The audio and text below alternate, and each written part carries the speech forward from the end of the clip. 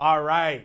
Welcome to this month's Ask the Video Guys for August of 2020. I am Oliver Ricketts from Videoguys.com. I am not Gary Batan, who is the usual host of this show, but I am here to help you answer your questions. What qualifies us to answer your questions on live streaming production equipment other than that we sell it? Well, we use it every single day, folks. We're out on the field or working in our studio here with the latest technology that we're showing to you. We don't just talk the talk, but we walk the walk. We've used all of this gear and we use it frequently. So we are the people to answer your questions, and that's what we're going to do today with this month's Ask the Video Guys. Again, this is for commonly asked questions of us that we get day in and day out. That we feel might be beneficial for people to hear the answers to, whether they're working through that in their own workflows or something similar is going on in their workflow. We want to address these questions because we get them all the time. So if you have a question for the Ask the Video Guys show, I want to talk about it right up the front. You can definitely submit it live and I will answer it here, or a member of the team will answer it in the comments section on Facebook, and I can actually see those Facebook comments live. So once they come in, we can answer those questions. If you have a question in advance though that you want a slide prepared for and you want a little bit of research done for your question, email us at sales@videoguys.com and make that email subject Ask the Video Guys. We'll answer the question right away, but it might be a good question to put on the show as well. Meanwhile, you can also reach us on YouTube, whether in the comments section or via direct message at Videoguys, on Facebook at Videoguys.com, or on Twitter at Videoguys, or even on Instagram. We're doing a lot of really cool, different stuff on Instagram now. We're posting there much more frequently at Videoguys.com, so give it a follow, and that's a great place to reach us as well. And maybe your question will be answered on next month's Ask the Video Guys. But jumping into the first question on this month's Ask the Video Guys, I have a two-part question from Carl on Facebook, who watched our most recent webinar from BirdDog on the BirdDog Flex units. And the question is, you guys showed off a new BirdDog Flex on a recent show, but I noticed the tally doesn't automatically turn on my unit.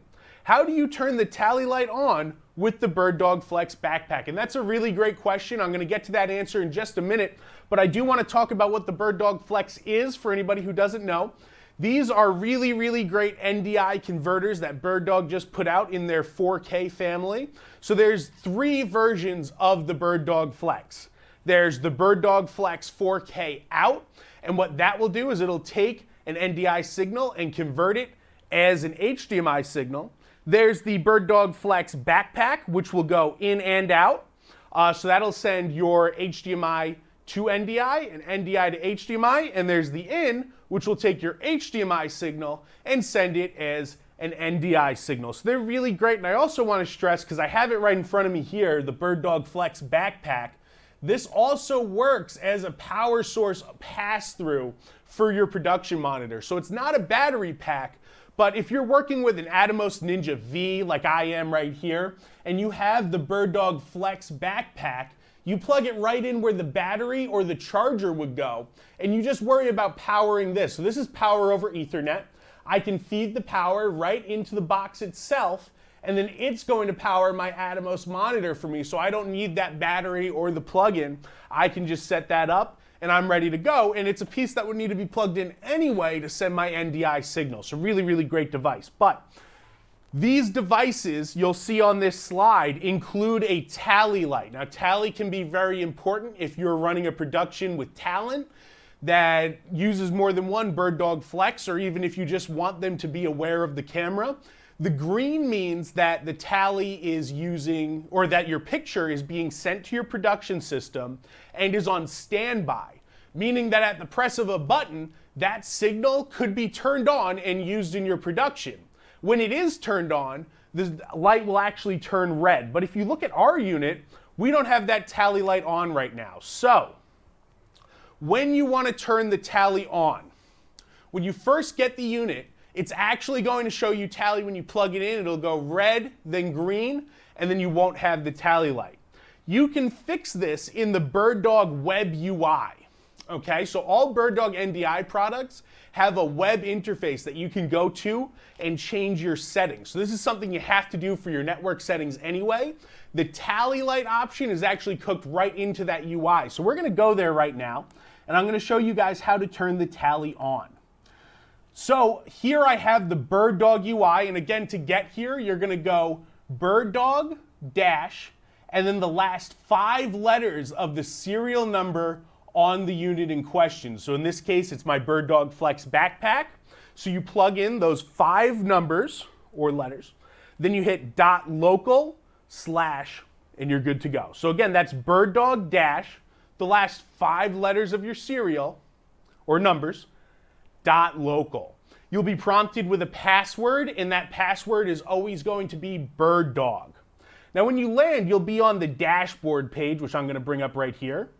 And this will be what it looks like. Now, we need to head on over for tally to our AV setup tab. So when we go to AV setup, and oops, sorry everybody, you'll see I have 2 options here, AV input and NDI encode.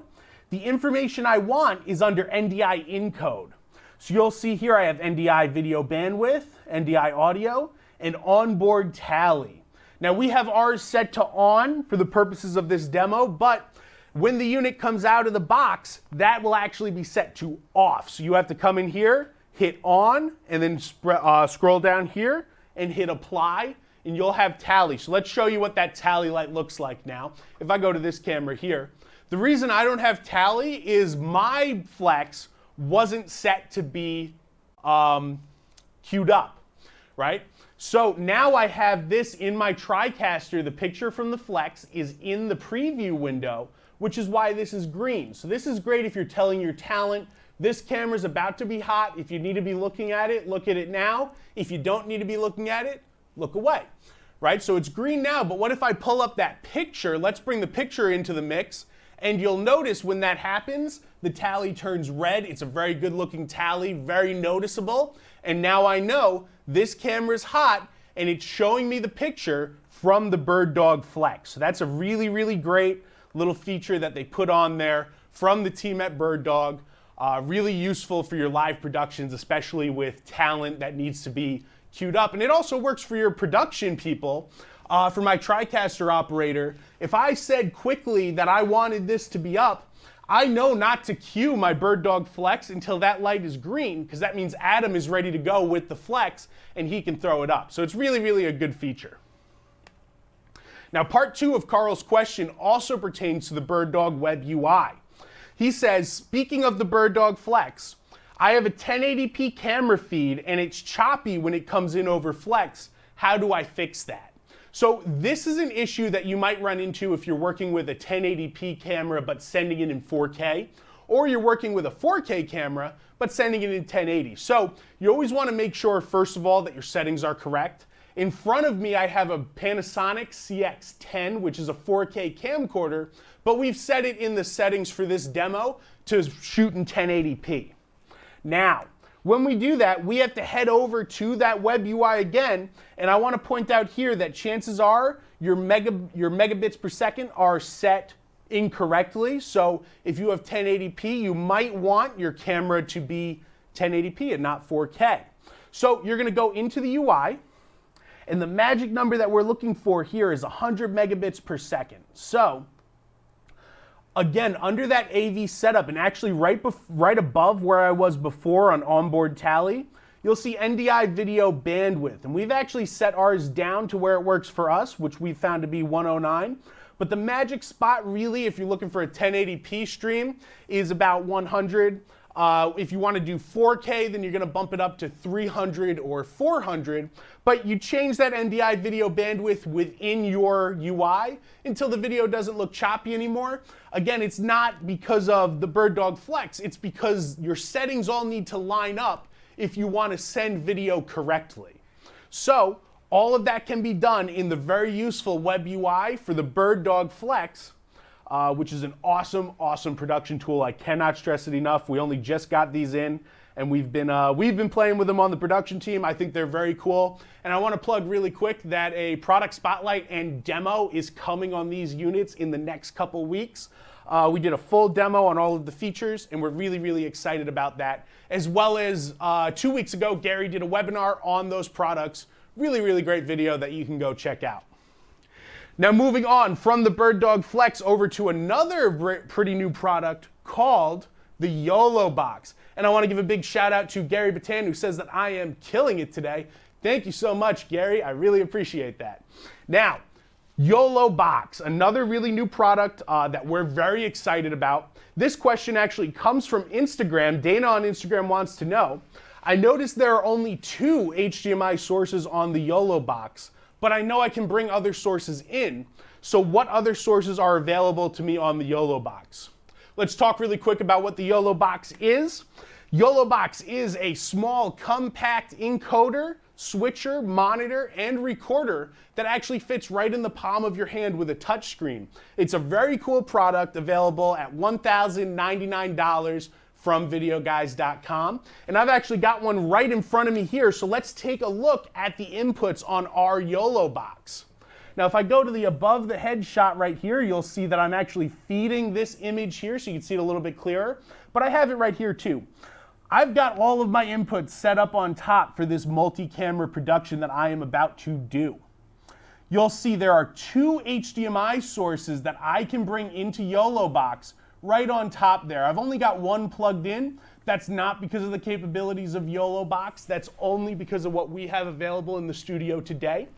But I have one HDMI source available on top, and I could put in another HDMI camera here if I felt that I needed it for my production.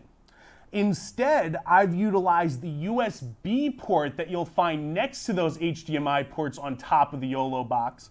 And instead of feeding a hard drive or a modem in there, which we'll get to in a minute, I'm actually feeding a webcam in there, and that is the PTZ Optics Webcam 80, which is a great USB webcam. I've got it mounted up right here. And that's actually the picture that you're seeing on the YoloBox screen right here. So this is the big one, is the Webcam 80, and then I have an HDMI camera in my feed over there. Moving on next to it, you've got another HDMI slot. That's actually your HDMI out. Today, we're feeding that HDMI out into a NewTek Connect Spark, which is then feeding NDI into our TriCaster Mini. So there's my UI. If I wanted to, I could also pop up just the one video and send it that way. It's a really, really flexible feature. Then I've got my network port right here, and then I have my charging station over here as well. Now, that may sound like it's only 3 inputs, but you can do even more. That's right. So I have a USB camera right now, but this USB port actually has 2 other functions. One, it can bring in a USB modem, which we'll talk about in just a minute, so put a pin in that. But it also can bring in a hard drive source. So if I had just a USB hard drive to plug in there with a canned video that I wanted to be part of my stream, I could absolutely do that with that USB camera port. And better yet, when we're speaking of canned video, this little box also has an SD card slot. So here's my placeholder, and I'm actually going to put in a real SD card to feed into there. And I could then pull canned video off of that SD card and bring that into my live production as if it was a live camera. Now let's say I want another live video switch. I don't want a canned video, I want it to come in live. Well, this little box also has RTMP pull.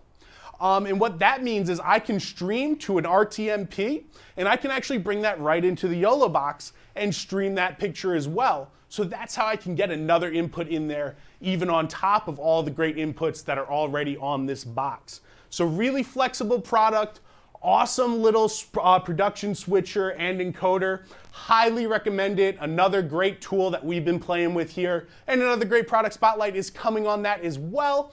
But we do have a webinar in the meantime with Gary going into all of the really great features of YoloBox. Following, I've got another YoloBox question. I did say we would talk about those modems. So Jordan on Twitter asked, I noticed the cellular modem inside the YoloBox package, but I couldn't get it to work. So how do I set that up? Well, again, I want to point out that right on top of the YoloBox, you have a USB port. That's for the USB modem as well as bringing in another picture. So here's the USB port right here. Right now I'm using it for my webcam, but I could also plug a modem in there. The big thing about the modem is it's not going to come with the data plan. You've actually got to go set up the data plan with a third party like AT&T or Verizon. And once you have that, you are all set to start streaming. So it really is as simple as going to that third party carrier, setting up that modem, and then with the power of cellular streaming, you can stream with the modem. But that's not the only way to stream on the YoloBox. Adam, if we could pull this slide up right here, I just want to remind everybody that the modem is a great way to stream, but there's also Wi-Fi, LTE, or Ethernet. So the SIM card is how you can stream with the modem. The modem's got a SIM card in there that you need the service plan for. But you can also stream over Wi-Fi, and you can stream over an Ethernet connection with no monthly subscription fee. So this is really great for vloggers, live streamers, what have you, that want to stream with something kind of small, kind of compact with a lot of options. Okay. Moving into NewTek, the TriCaster Mini 4K NDI. This is a really great unit, and one of the big items of discussion is what actually comes in that box with the TriCaster Mini. When the product first came out, and let's read the question. I'm sorry, I'm getting ahead of myself, folks. My apologies. But what are the I/O boxes that come with the NewTek TriCaster Mini 4K NDI? That's the question from Matt on Facebook. So this TriCaster Mini, the 4K NDI, actually used to come with 2 custom I/O boxes. NewTek has since changed that, and I think it's a really great thing. So let's take a look at the new features. You'll notice NewTek announced a lot of great new features with the TriCaster Mini 4K NDI, but right on top we've got 2 Spark Plus I/O devices. That means Spark Plus input and output, just in case you didn't know. And this is the box right here. I've got it in my hand. You get 2 of these puppies right in the TriCaster box with your TriCaster Mini 4K. So this is the Spark Plus I/O, and that's 2 of them built in with the TriCaster Mini to bring in your hardwired signal. So if you have a camera that's going in here, well, the new TriCaster Mini only has NDI ports, but I want my hardwired signals, so I'm going to feed them through my Spark input-output device, the Spark Plus I/O, and that's built in at that price at $7,995 for the TriCaster Mini. But I want to go into all of your options on the Spark line. The other 2 Sparks that exist in the product line are the Spark Plus 4K at $599, which can input NDI video. Then you've got the I/O boxes. So the I/O 4K can take HDMI and convert it to NDI, or it can convert NDI to HDMI, and that's the one that comes in that box with your TriCaster, which is usually priced at $895. And then there's also an SDI version of the same box, not in 4K, but 1080p, also an input-output device. So if you have 2 wired sources with these and you want to add on more later, you can add more Spark devices as you go and bring them into the TriCaster itself. Again, that TriCaster comes with the Spark Plus I/O 4K device. And this is just the different bundles that you can get with that TriCaster. You'll notice the a la carte model at $7,995 comes with the 2 little Spark I/O 4K devices. Then there's the model with the base bundle, which comes with your control surface. That's at $9,995. And the deluxe bundle at $18,995. And that comes with 2 cameras, your control surface, and of course, 2 Spark I/O 4K NewTek boxes. Really great converters. Pick one up today or get them with your TriCaster Mini 4K NDI. Really, really great boxes. And while we're on the topic of NewTek, Ray on Facebook actually asked, you guys mentioned that it's possible to become TriCaster certified, which we did on a recent NewTek show. How do I get my certification? And I want to talk about this for a second because I think it's really, really cool.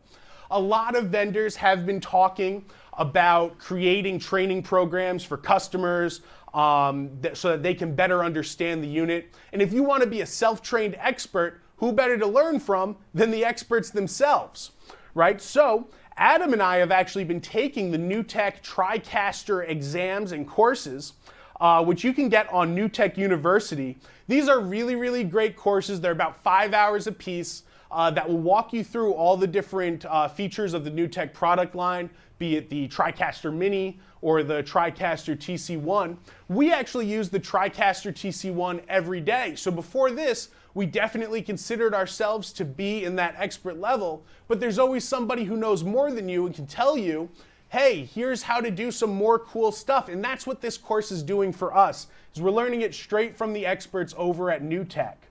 And why? Because we want to better answer your questions when you call us. You're coming with better questions, more complicated questions. We need to be prepared for that, and we're going to get it straight from the expert's mouth. So I want to go right to the NewTek University page where you can find all of these courses. And that URL is going to be newtek.com/newtek-u. Again, that's newtek.com/newtek-u. That'll bring you to NewTek University.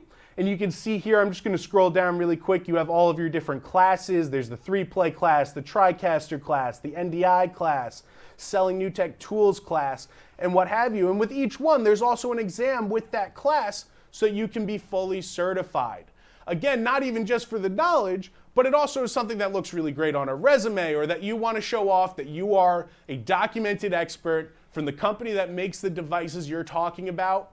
This is the way to go. NewTek University courses are a major win, and you should definitely check them out. Moving into our next question. Let me blow up the PowerPoint here. And another great product, the LiveU Solo. Just 1 minute here, folks. So, Daniel on Instagram had a very popular question, as it turns out. The LiveU Solo Connect modems. These are really, really great modems that will help you stream from anywhere with the power of cellular bonding. And what's nice about it is that LiveU has actually taken the initiative and is providing service to these modems so that their customers don't have to get third-party modems and then work out a service plan with the provider. Now you go right to LiveU, and they've got steps in place for you to set this up. It's very simple, but sometimes it may seem a little bit more complicated than it is. So over the next couple minutes, we've got some really, really great tips on how to set up those Solo Connect modems. Let's jump right into it.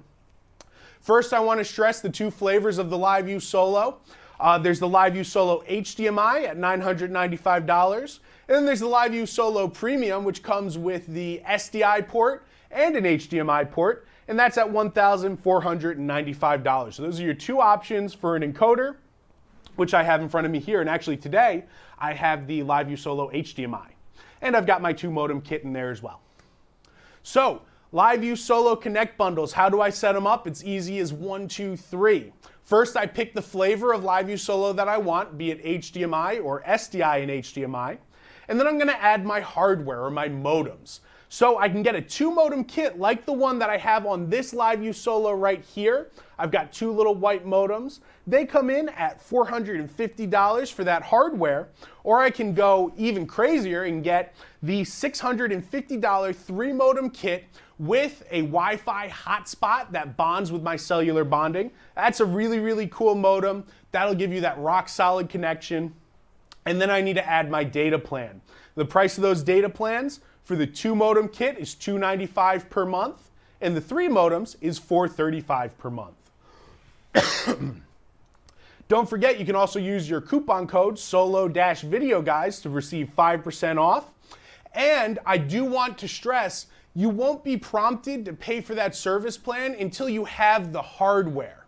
So if you have your hardware and you're ready to go, then you'll be prompted to pay for your service plan, which we will get to in our coming slides. And I do want to reference Thomas Gillies over there. I will get to your question in just a moment, but I do want to go through some of the LiveU stuff first, and then we will answer that question. So hang tight, and I will have that question answered for you.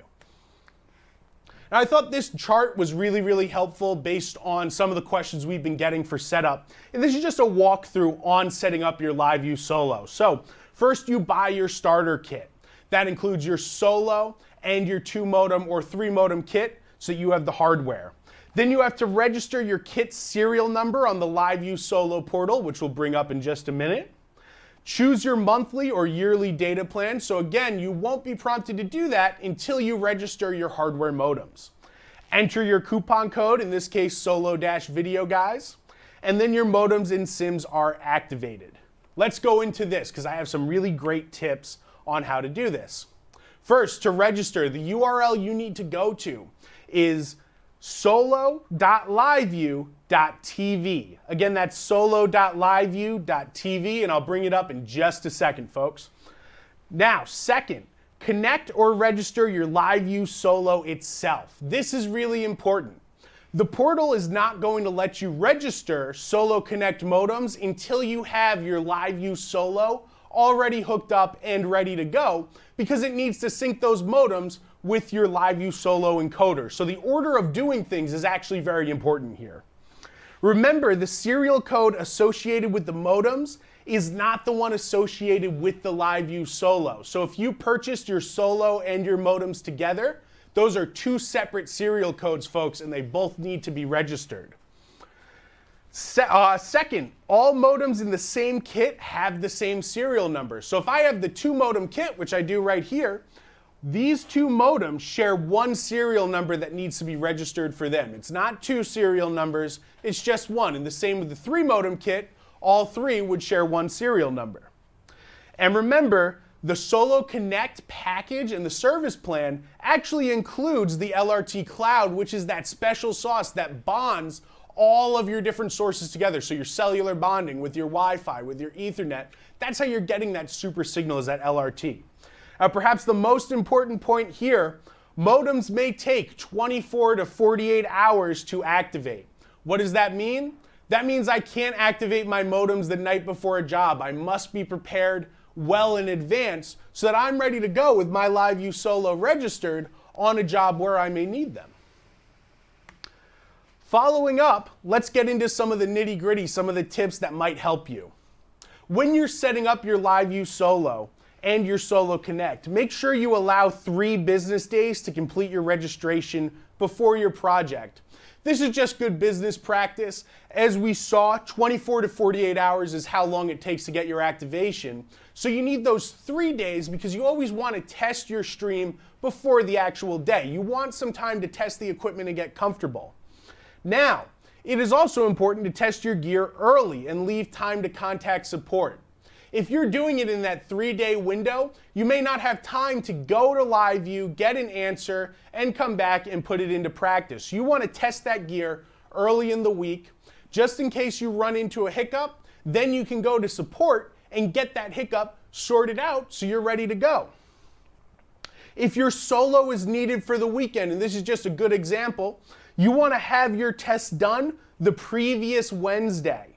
So that will leave time for support to get in there, do what they need to do if there's a hiccup, and help you out. And that support we're talking about is actually LiveU support team at solo.help@liveu.tv. Again, that's solo.help@liveu.tv. And they can provide some really great service on these modems to help you get where you need to go.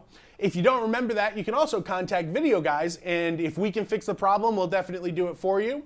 Or we'll send you over to LiveU, and we can help you get an answer that's going to get you going. We'll provide you with the right information, be it that email or what have you. So those are some really great best practice tips for the LiveU Solo. And before we move on from it, I do want to bring up the portal itself here. This is our LiveU Solo portal. You'll see that we have our LiveU Solo registered and that we have our LRT and Solo Connect in this LRT box, which is where you'll actually register your modems. This is the area in the portal where that must take place. All right, back onto the show. And I want to take a second here and answer Mr. Thomas Gillies' question.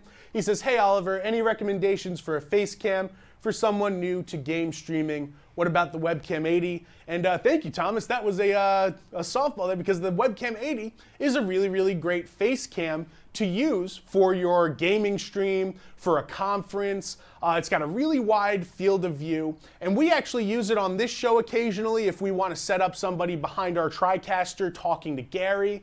Or actually, Paul Richards from PTZ Optics recently held a conference last year for his Stream Geek Summit. And actually at that conference, it was really cool because he had a bunch of esports stations set up, and he had invited a school to talk about some of the technology that the students were using in their media program, which included the Webcam 80 in their esports workflow. So they were streaming esports, but the camera that was on the student playing was actually the Webcam 80, and it was a very, very cool setup.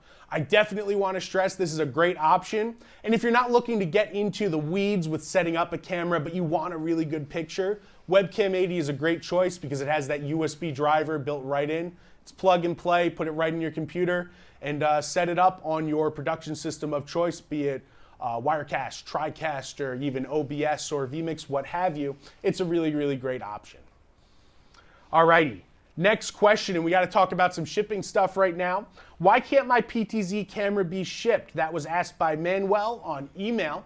And the situation with PTZ cameras is because we're in the midst of a global pandemic, a lot of shipping times and production times have changed on a lot of different products. We have a wide variety of PTZ cameras here at Videoguys that we can ship. Some of them are in stock and some of them are kind of in flux with a wait time of about 2 to 3 weeks. But the quickest way I want to stress to get one of these cameras, even if it is not in our inventory today, contact a member of our team and ask to make a back order. We won't charge you that day, but we'll put you on our waiting list so that when the camera becomes available, you won't be waiting behind everybody else trying to get the camera. You can start waiting for your camera, and when it is available, we can ship it out to you on that date. That will be the day that we call for your payment information. Make sure that you are set up to receive your camera, and we will ship it out to you. We will hold it for you. So I want to stress that if you're looking for a PTZ camera that seems to be out of stock everywhere, this may be the quickest way to get it at this time. Hopefully this is, and we're hoping in the next coming weeks, this starts to correct itself a little bit, but we're not out of the weeds yet, folks, and we're still working on some of those production times and receiving those cameras. And we're shipping them out as soon as they get to us. So patience, and they will get here. Another popular question over email is why can't I get my Sling Studio cam link? Now this is a little tricky because the cam links are actually going through a very, very similar issue that the PTZ cameras are.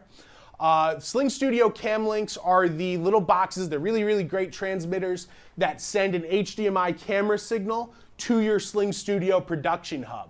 So you'll need them if you want to bring in an HDMI signal.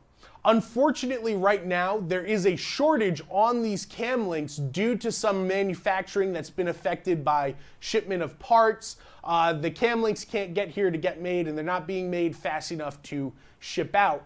So while this is going on, we have them in stock, but we're allocating them really to customers that order a Sling Studio hub and are streaming with that hub. So if you're ordering your hub and you want that Sling Studio camera link, chances are we can set you up. Now, if you just need an additional camera link, you're not completely out of luck because we can place you on our back order list for when the cam links become available and ready to ship. And much the same way that we're doing with the PTZ cameras, we can get you there probably the fastest on the board right now. So that's a really, really great option and something to think about with the Sling Studio camera link. Alrighty, and that about wraps up all of the questions for today's show. We went a little long, but I think that we gave a lot of really great information on this show, so I'm going to wrap you up really fast. If you have a question that you want answered on Ask the Video Guys, we do one every month to answer the most important questions that we see, the ones that we see people struggling with, or information that we feel needs to get out there. You can email us at sales@videoguys.com and just make the subject line Ask the Video Guys. You can also reach us on all of our social media, including Instagram at VideoGuys.com, YouTube at VideoGuys, Facebook at VideoGuys.com, and Twitter at VideoGuys. Now I want to talk about coming up in the coming weeks. Don't forget, we do this show every Tuesday at 3 p.m. Eastern Time. And next week, we'll be joined by LiveU to talk about some really new and exciting developments from LiveU and some great technology and workflows. The following week, it's back to school, and definitely a unique school year to come with a lot of opportunities for streaming that we would love to discuss, whether it be sports coverage where parents can't come and watch the game, or just a classroom lecture for remote learning. There is a place for video and streaming in education, and we're going to talk about what that might be on September 1st at 3 p.m. Eastern Time. Don't forget to tune into those shows and keep an eye on our social media, folks. We're posting more and more every day to get you the information that you need to keep you streaming, keep your productions going. And we are available at all times at 1-800-323-2325, 9 to 5 p.m. Eastern Time. And you can get a live person to answer your questions. How do we know the answers? Because we use this stuff every single day in our productions as well. So we are your live production experts. Thank you so much for watching, and we will see you next week at 3 p.m. Eastern Time. I'm Oliver Ricketts from Videoguys.com. Thanks, everybody. Videoguys is available Monday through Friday. Give us a call at 1-800-323-2325. Don't forget to follow us on Twitter and Instagram to stay connected with all of our updates. And you can like us on Facebook. Keep an eye out for our live videos, and don't forget to subscribe to our YouTube channel. Thanks for watching.